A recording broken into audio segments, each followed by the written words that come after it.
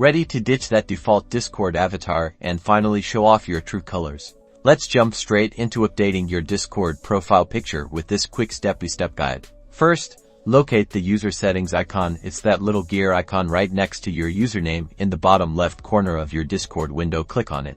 This will take you to your user settings. Now, under the My Account tab, you'll see your current profile information. Find the edit button that's right next to your profile picture and username and give that a click. A window will pop up. See that big change avatar button?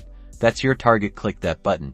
Your computer's file explorer will open, allowing you to browse for the perfect image. Choose the image you want to use as your new profile picture. Once you've selected your image, it will appear in the window. You can now crop and adjust the image to fit within the circle. Drag the cropping handles to zoom in or out, and position your image exactly how you want it. When you're happy with the framing, click the Apply button. You'll see your new profile picture right there in the window. Almost done. The very last step is crucial. Scroll down to the bottom of the user settings page and click the Save Changes button to make your new profile picture official. And there you have it.